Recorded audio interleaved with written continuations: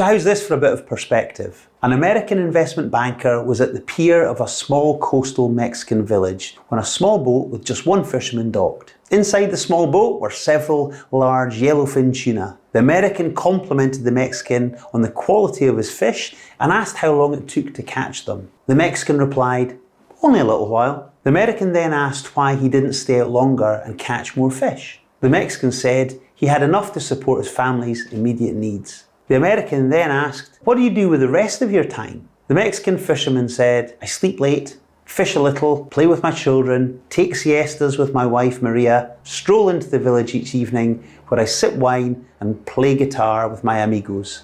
I have a full and busy life."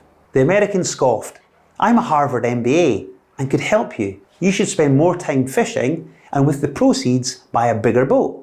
With the proceeds from the bigger boat, you could buy several boats. Eventually, you would have a fleet of fishing boats. Instead of selling your catch to a middleman, you could sell directly to the processor, eventually opening your own cannery. You would control the product, processing and distribution. You would need to leave this small coastal fishing village and move to Mexico City, then LA, and eventually New York City, where you will run your expanding enterprise." The Mexican fisherman asked, "But how long will this all take?" To which the American replied, 15 to 20 years. "But what then?" asked the Mexican. The American laughed and said, "That's the best part. When the time is right, you would announce an IPO and sell your company stock to the public and become very rich. You would make millions." "Millions? Then what?" says the Mexican. The American said, "Then you would retire.